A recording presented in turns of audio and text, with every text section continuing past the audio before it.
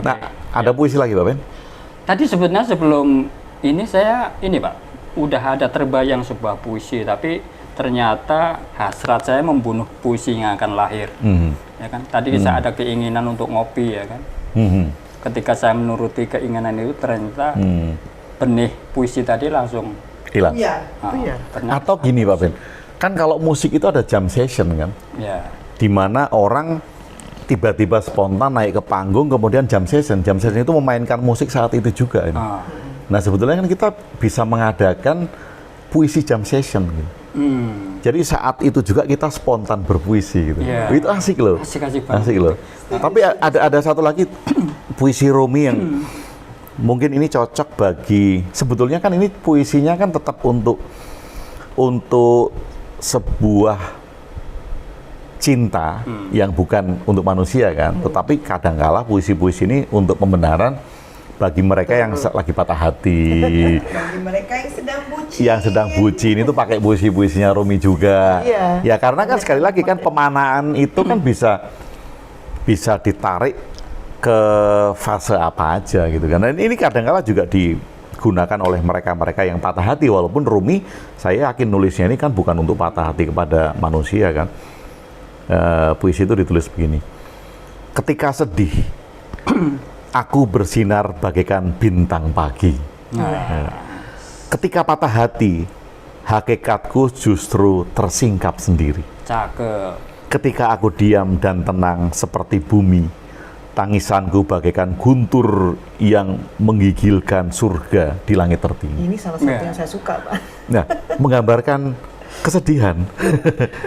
Nah, artinya kan mungkin kalau seseorang itu sedang dalam kondisi down gitu, kondisi kecewa, kondisi kan bisa saja kan cocok dengan ini, walaupun Rumi menulis ini mungkin bukan untuk hubungan itu ya. Iya. Ya kan mungkin saja kalau kita ngelihat cerita Rumi kan dia lagi sedih ditinggal gurunya Samstarbis, kemudian dia nulis ini gitu kan. Tapi ini kan keren gitu, keren loh.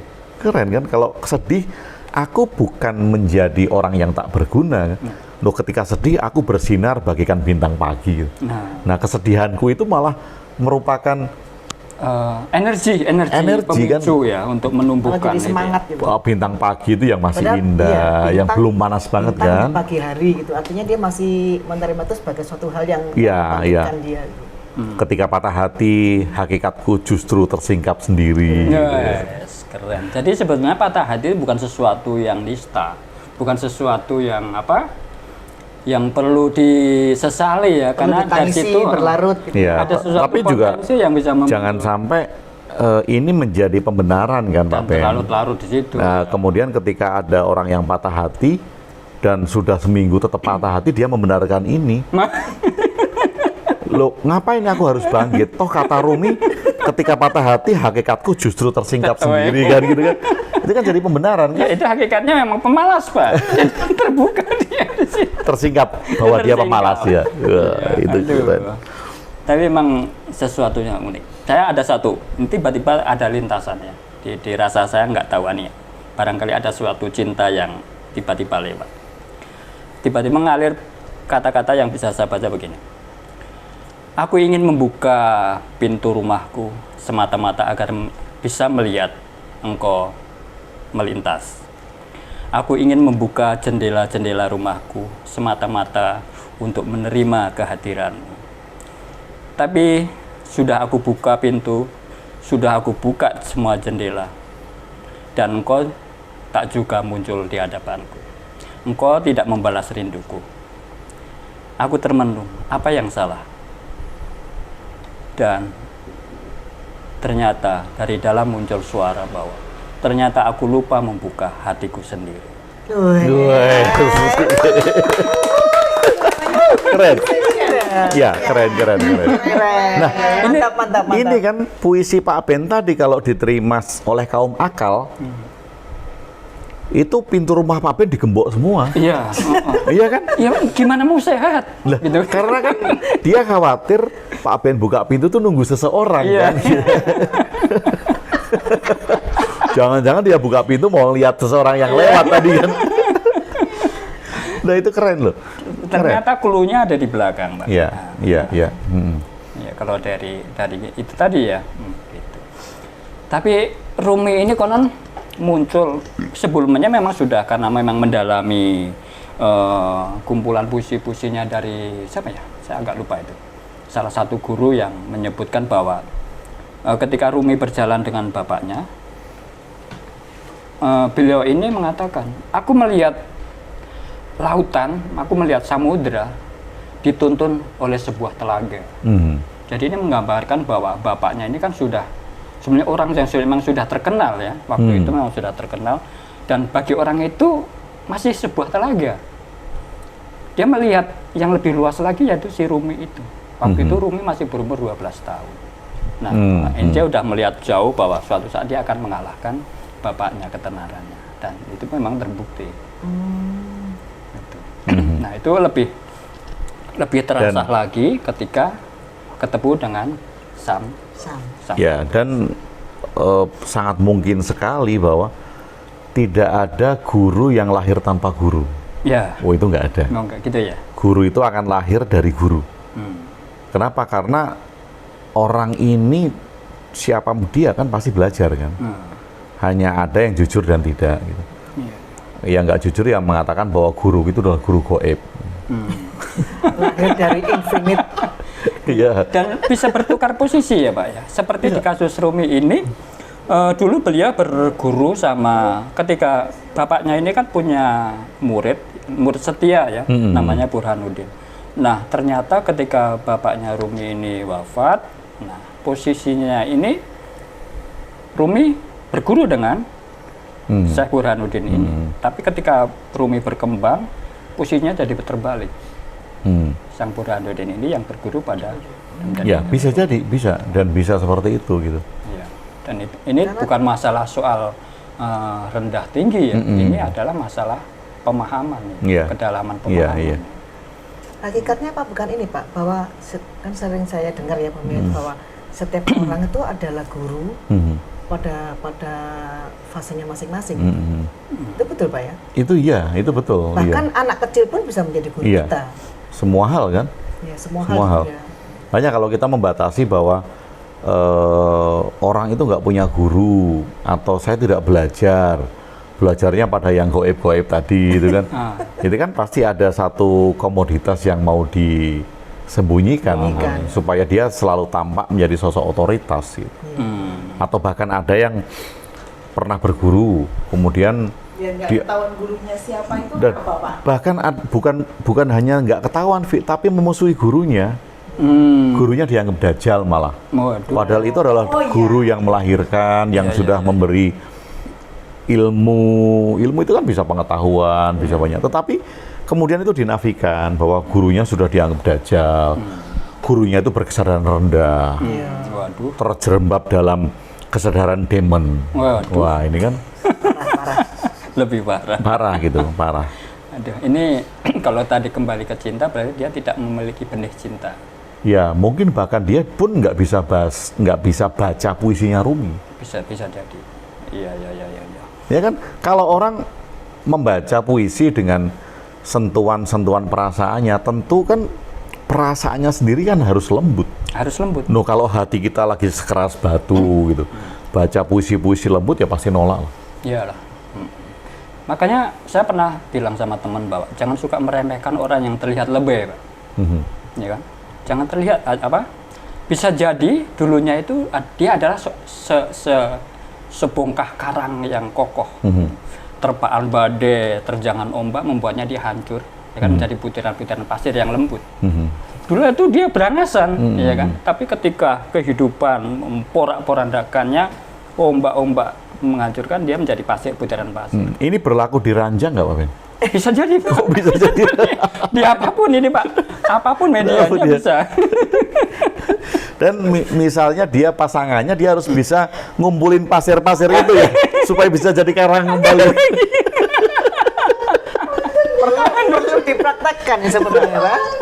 Loh, itu butiran pasir itu ketika dia mendapatkan media yang tepat dan katalisator yang tepat, nah dia misal katalisatornya misal sedikit air ya kan.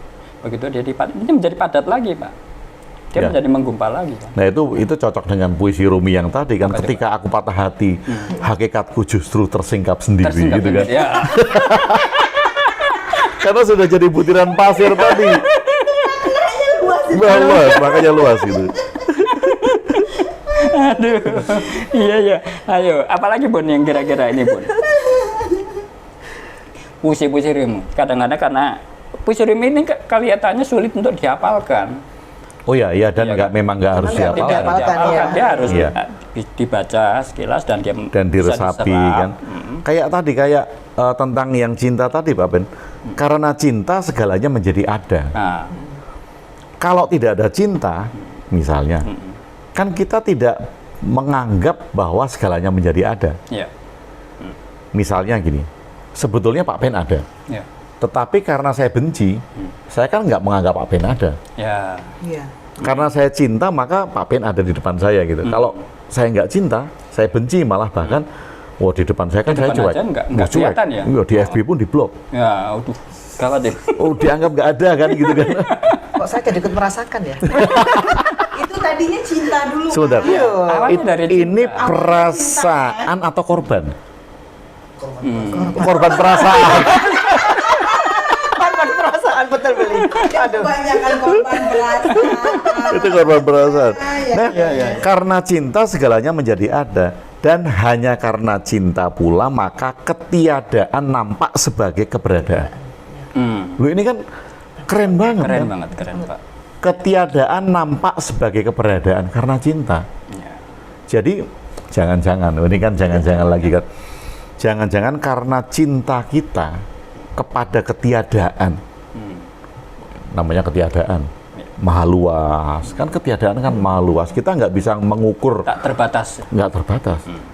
Yang terbatas itu adalah keberadaan. Keberadaan Iya. itu terbatas. Bisa kita ukur batasnya. Iya. Tapi ketiadaan, kekosongan kan nggak terukur. Ya. Nah, jangan-jangan karena saking cintanya kita kepada ketiadaan itu, maka itu muncul sebagai keberadaan.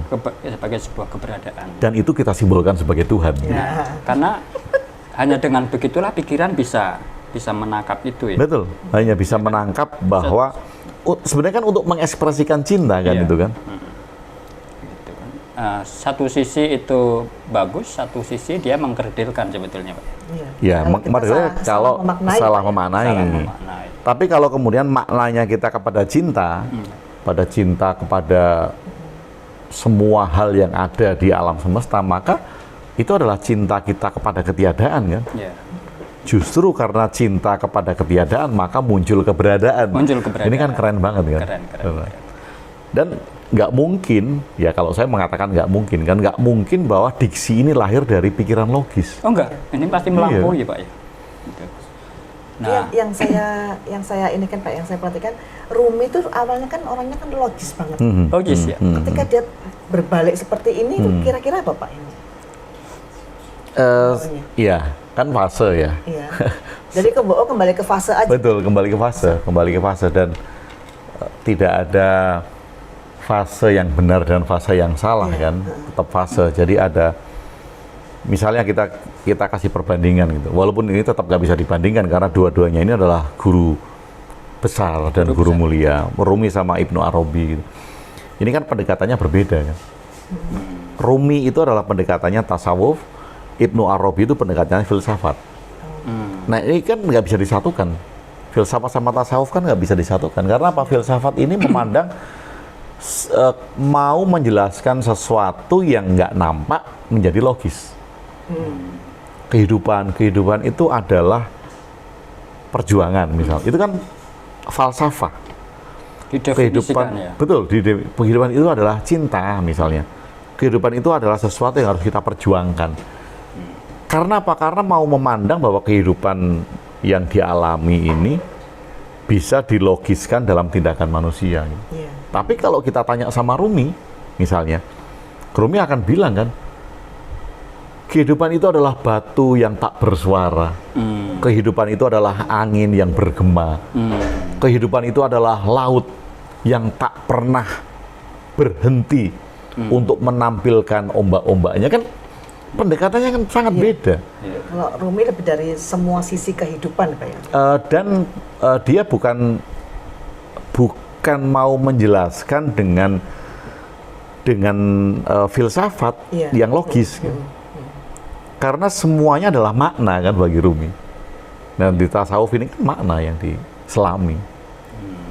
Nah ini kan fase, sekali lagi ada fase yang mengambil jalannya Ibnu Arabi, ada fase yang mengambil jalannya Rumi gitu. Fase itu sendiri nggak ini Pak ya, tidak bisa dipaksakan. Jadi apapun tuh pasti Iya, jalan alami. Betul, Pak, ya, betul, fase. iya, nggak bisa dipaksakan. Ya.